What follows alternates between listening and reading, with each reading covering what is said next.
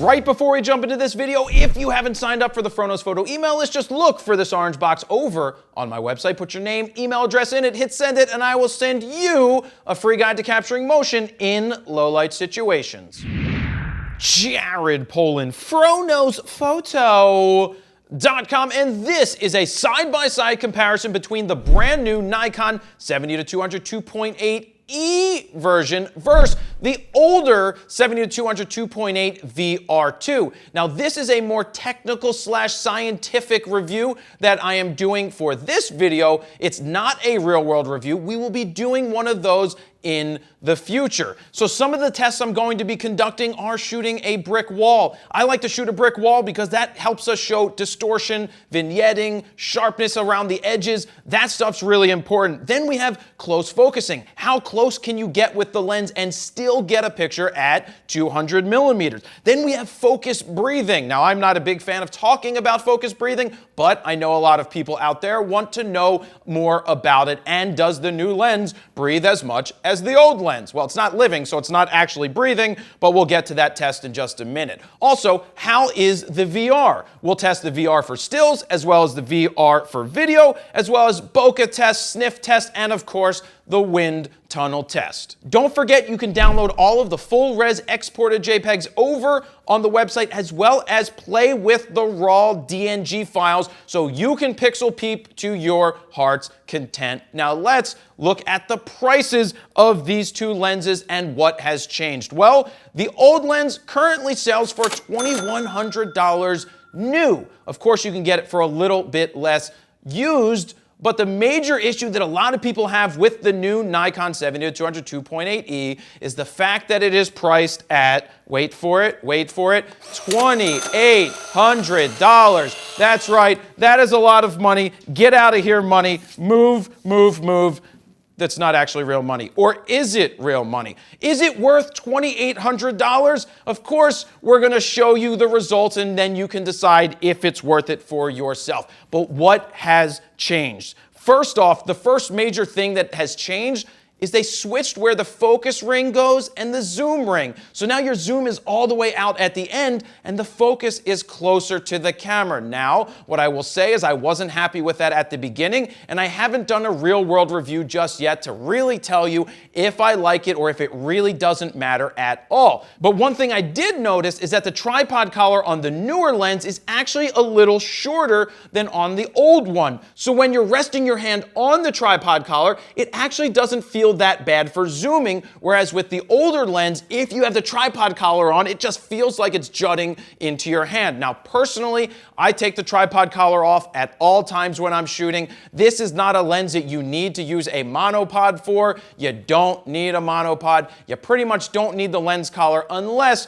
you're going to be shooting video or putting it on a tripod. In addition, you will find on the new lens are programmable focus buttons. There's 4 of them going around the barrel of the lens. Now, what does this do? Well, you can set it so if you press it and hold it in, it's going to actually act as your autofocus. Or you could have it preset to change your focus point. Now, you could set it, check this out. You could set your focus point, say, to the right-hand side of the frame when you're shooting horizontally, so that when you go vertical, you hit the button and the focus point will be set to the top portion if you saved it there. Now, in theory, that sounds wonderful and great. In practicality, it actually sucks. Why does it suck? Because you have to hold the button in order for it to stay there. You should be able to press the button and have it stay up there. At any point when I press that button, I want my focus point to go and stick to where it is. I want it to go there and stay there, not press a button and then have it automatically go back when I release it. The same thing happens, say if I am on 9-point autofocus, I want to go to 72, well, I press the button, well, I have to hold the button in order to have the 72. I don't like that. You should press it and it should stick and stay.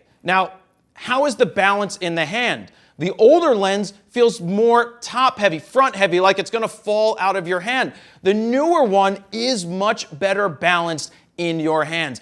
And it is a 1/4 pounder with cheese less heavy than the older one. Now, the older one feels a lot heavier, but that's because of the balance. So Nikon did a great job with balancing this lens. It does feel better in your hands. So it does have a larger feel of a barrel, but maybe the lens elements inside are a little larger, thus the expenses. But that's just me giving a guess. Now, two other things. The VR has changed. You now have 4 stops of VR in the new lens where you only had 3 stops in the older. Will that make a difference? We will see in my test. And the E.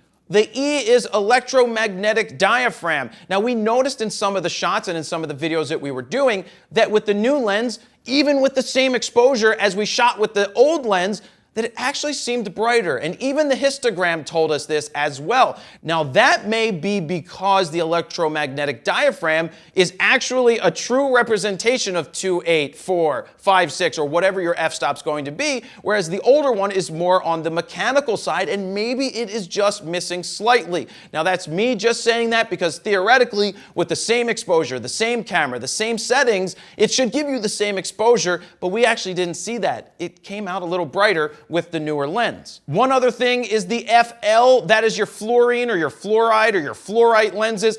You don't try chewing on it. It's not going to help your teeth, but it will give you sharper images, at least in my opinion. So now let's get into the more technical and scientific portion of this side-by-side comparison, and let's shoot the wall. So I set up to shoot the wall both at 70 millimeters and 200 millimeters, and the idea is to go from f2.8 all the way up to f22, just shooting at single stops. Now, the point of this is to try to see how it vignettes at 200 millimeters at 2.8, but also at 70 millimeters to see if there's any distortion. Something else that I'm looking for is how sharp it is in the middle as well as around the edges. So now when you put up images shot with both lenses side by side at 200 millimeters at f2.8, I'm looking for vignetting. Now, actually, it looks like there's a little more vignetting on the newer lens. It's ever so subtle compared to the older lens. But when you zoom in 1-to-1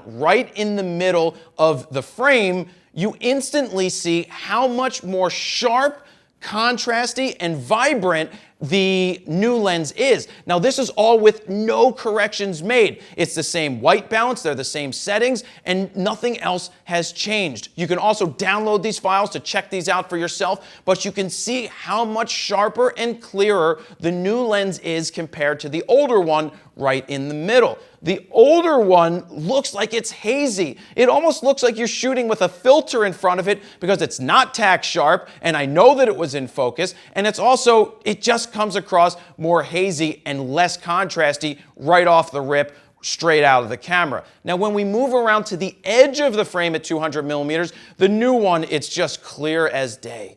It is sharp. It is contrasty. That's what I look for in a lens, especially straight out of the camera. The old one, not so sharp around the edges, and definitely not contrasty. Another thing I wanted to see was at 200 millimeters, which one felt longer, the old one or the new one? Now, ever so slightly, the newer one feels like it's a little longer at 200 millimeters than the older one. Now, we set this up where I had the Nikon D5 on a tripod, and all I changed was the lens. That's how we tried to keep it as scientific and technical as possible. So here's where it just seemed like the newer lens gave you a little bit more reach versus the older one. So when you go back to 70 millimeters, what am I looking for with this test? I'm looking for distortion. Now, distortion is going to show up more so on your wider lenses, and you won't really see it as much on those telephoto lenses, and both of these look pretty much the same. So moving on from that test, I wanted to get to the close focusing test. And what does that mean? That is the closest that I could get to the subject and still have the autofocus lock on. Now, because I was doing this test, I thought it would be a good opportunity to test out the VR for handhold ability to shoot at slower shutter speeds, as well as to give you something with some bokeh in the background that you could then pixel peep and say which bokeh you actually like. So how did I do this test? Well, first I started with the new 70 to 200 2.8, and that lets you get to 3.6 feet away from your subject. We'll just call it 3.5 for now. So I got to within 3.5 feet of the bobblehead, filled the frame all the way, shot it at 1/20th of a second, which is breaking all of the rules that you could ever think of for shooting photos, and I got it tack sharp and filled the frame. Now check this out. When I did the same thing with the older lens, I could only get to 4.6 feet away, so the newer lens gets you a foot closer. So this is what it looks like when you shoot at 200 millimeters from 4.5 feet. It is insane, right? Look at this. Look at the difference at 200 millimeters from the old lens to the new lens. Obviously, you can get closer, which means you can fill the frame more at 200 millimeters, which means it's going to be better for portraits. It's just going to be overall better. It's more bang for your buck. It just feels better. Now, in terms of VR, I wanted to push it even further with the new lens. I wanted to see how far I could hand hold it, how far I could take it, and still get a sharp image. So what did I do? I went to 1/2.5 of a second, which is just under a half a second. If you think you can focus there, I didn't know I could do it. Did I do it? Yes. So I set up to take this shot. I put it on multiple frames a second because what you need to do is go click, click, click, just hold the button down because at some point you're going to settle and get a good shot. It took 3 pictures. 2 of them showed a little bit of motion blur, but on the third one, it was tack sharp. You can see the I shoot raw on this shirt is nice and sharp. That's at 1/2.5 of a second, just under a half a second handheld. Shows you that the new VR is absolutely incredible. So moving on from the VR for handheld for stills, how is the VR handheld for video? You know that you have 3 stops with the old lens and 4 stops with the new lens. So how did we do this scientific technical test? You can see the rig I used right here. We put 2 D750s on the back of these lenses. We set them to everything exactly the same, focused in the same place, shot the sign, and you can clearly see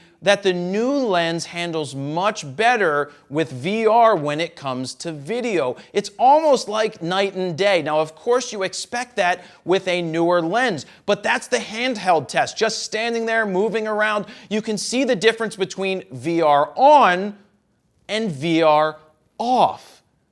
It is pretty insane when you see the switches get flicked in live real time with video. You have VR on, and it makes such a world of difference. But how is the VR for when you are moving or walking? Well, it is much better on the new one as well. You can see how much better it is, how much more stable it is when you're walking with the new lenses VR than the old lenses VR. So that's something cool. If you're shooting video, you will know that the VR is better when you're hand holding it in the new lens. So here's a little subtle difference that some people that own the old lens will get.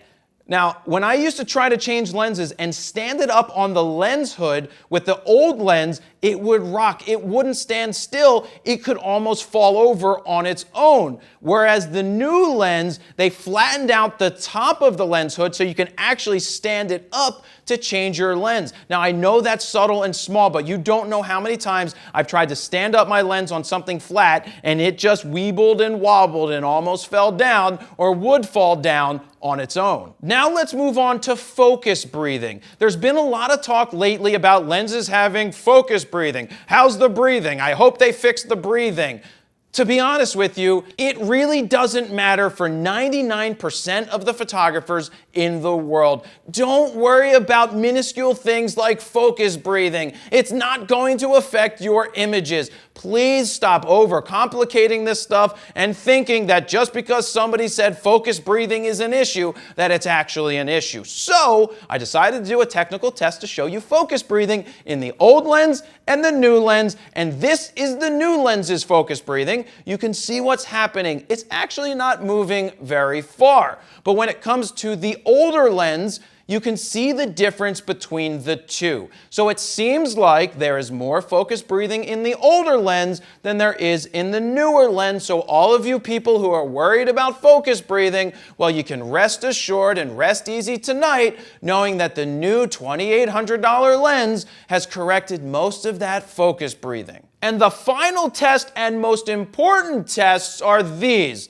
the wind tunnel test and the sniff test. Let's see which lens wins. So let's start with the sniff test. The old lens smells like a quarter pounder with cheese. And the new lens smells like Chick-fil-A waffle fries. Because who doesn't like Chick-fil-A waffle fries? I know I do. Okay, wind tunnel test. This is scientific.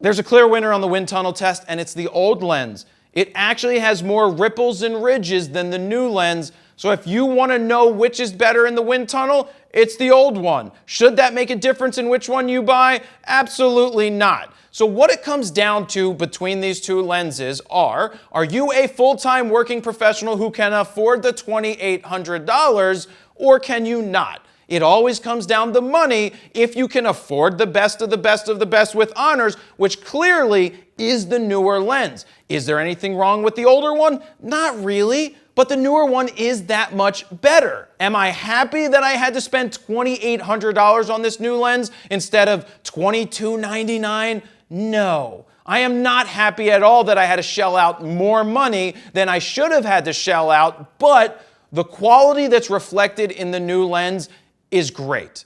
Based off of these scientific tests and technical tests, we will be doing a real-world review where I put it out into real-world situations and then give you my thoughts there. But based on the comparisons, putting these side by side, the new lens is absolutely worth it if you can afford it. Now, for clarification, I personally bought this lens and I own it. So me doing a review is me doing a review just like I always would do. So I want to remind you that you can download all of the full-res exported JPEGs over on the site, as well as raw DNG files, so you can pixel peep to your heart's content and decide for yourself which one is better. Be sure to take a look at those files and let me know what you think in the comments below. Leave your comments. Do you like it? Do you not like it? Do you think it's good? Do you think it's bad? Do that. Don't forget to thumbs up this video, as well as subscribe right here on YouTube so you can be notified when all of my videos go live.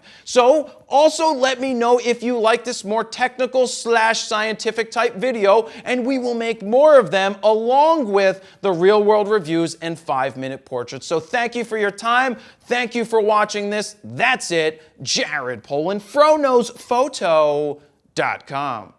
See ya.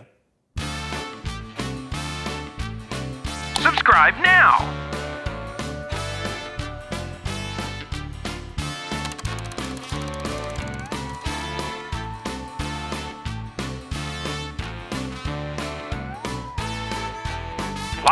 Watch this video.